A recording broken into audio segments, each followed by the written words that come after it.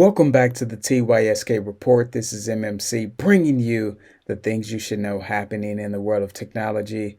I got some great articles on the docket, so let's dive into them. In the first article, Rite Aid hit with 5-year facial recognition ban over reckless use. Now, the Federal Trade Commission, the FTC, stated that Rite Aid used facial recognition technology to capture images of all consumers as they entered or moved through the stores. It then allegedly created a database of customers identified as shoplifters or exhibiting some other kind of suspicious behavior.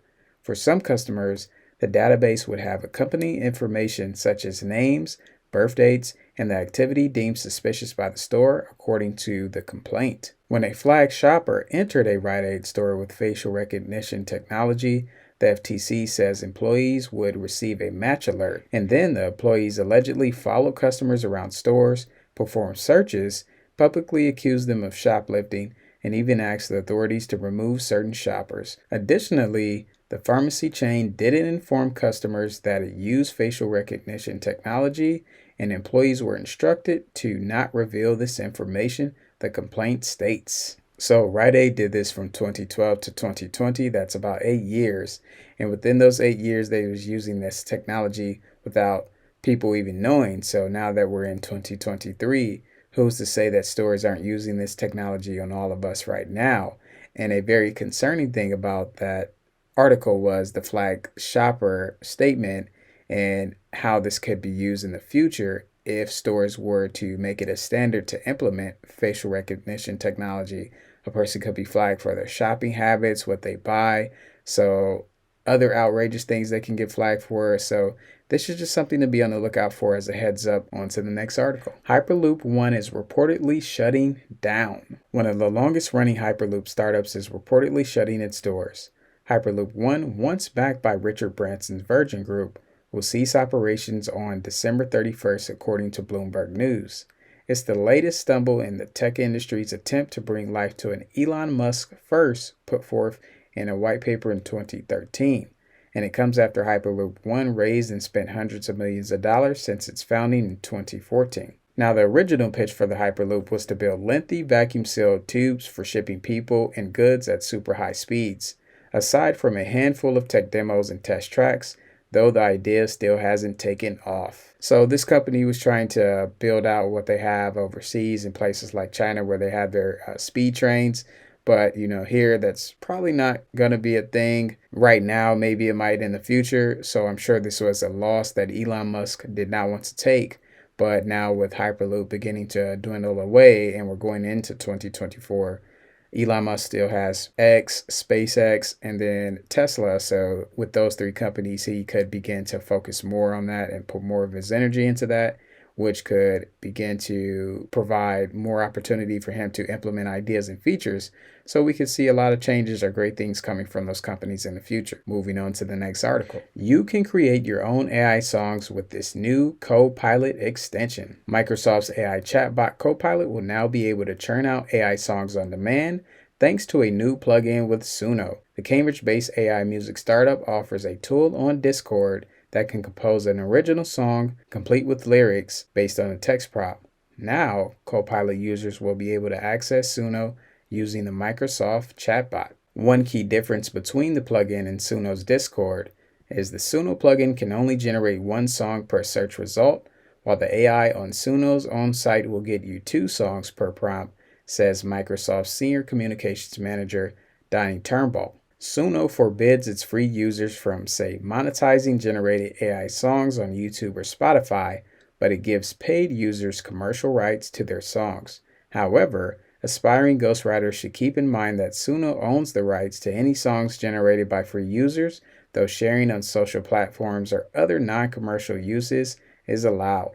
So this was some updated news from Microsoft Copilot. If you never tried it out, you should definitely go check it out, test it out, try it out, and also implement this Suno plugin because you could play around with that and who knows, you might come up with a hit single using some AI technology. Let's move on to the next article. With more Microsoft news, Microsoft just paid $76 million for a Wisconsin pumpkin farm. A Wisconsin family has agreed to sell 407 acres of their land, which includes a local pumpkin farm attraction to Microsoft for a total of $76 million. The local government initially offered the Kruziger family in Mount Pleasant, Wisconsin, about a third of that sum in 2017 as a part of an agreement with Foxconn Technology Group, but the family refused, opting to hold out for a better offer. Microsoft's payout is significantly larger than the land's current valuation. The Kruziger family land was originally valued at $174,200 in 2023, but then rose to $598,400 after making improvements, Mount Pleasant's village assessor Dan McHugh told The Verge. The end goal for Microsoft is to build a data center campus in the area in which it plans to invest over $1 billion. So with this news, we could see more companies build their data centers out in the Midwest per se, or places where they have a lot of land. And when traveling in the Midwest, there's acres and acres of land. So this is probably a good spot for people to build these sort of things, or companies to build these sort of things. In addition to that, the climate for these data centers, they may need a cooler climate. And the Midwest is one of the perfect spots because in times like December, January, February, it can get very cold. It can get like 10 degrees with a wind chill of 3 or 0, and that could be great for those data centers. So this is some interesting news, and it says it's supposed to bring jobs, these data centers, so hopefully it does and helps out the people in that area. But hopefully this family will be able to take that money and buy some more acres of land and continue their tradition of their attractions for what they do on their land. Moving on to the next article. EthSign brings DocuSign-like features to Line, Telegram with Web3 twist. Telegram and Line, two of the world's most popular messengers with hundreds of millions of monthly users, have both been integrating crypto features in recent months. One of the functionalities being introduced to these apps is e-signing, which is powered by a startup called EthSign. EthSign aims to provide a Web3 equivalent of DocuSign with the promise of an additional layer of transparency and trustworthiness. Its job then is to convince the masses that signing contracts on the blockchain is superior to the traditional method. According to co-founder and CEO Zhen Yan, for one, it's much easier to authenticate the identity of each signing party and see a history of their interaction with the signed document. If a traditional e-signature service provider is shut down, the record of user signatures will also be lost. And this is a challenge that's not associated with distributed ledger technology. And once signed, the data is immutable, one of the most promising features of blockchain. So I brought this article to your attention because you're going to hear more and more about blockchain in 2024 and beyond. They're beginning to integrate this technology in almost everything that we do.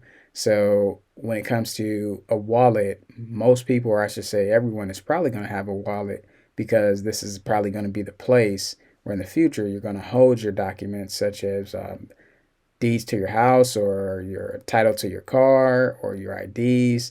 And this ties into a digital identity that they're moving towards, and everyone I think is eventually going to have. So we'll see what the future holds. But blockchain technology is definitely not going away. It's going to be integrated more into more everything of what we do. So this is just something to be on the lookout for. So this was a great set of articles, and to continue to stay up to date, definitely check out these two videos right here where I bring you more information on the things you should know happening in the world of technology.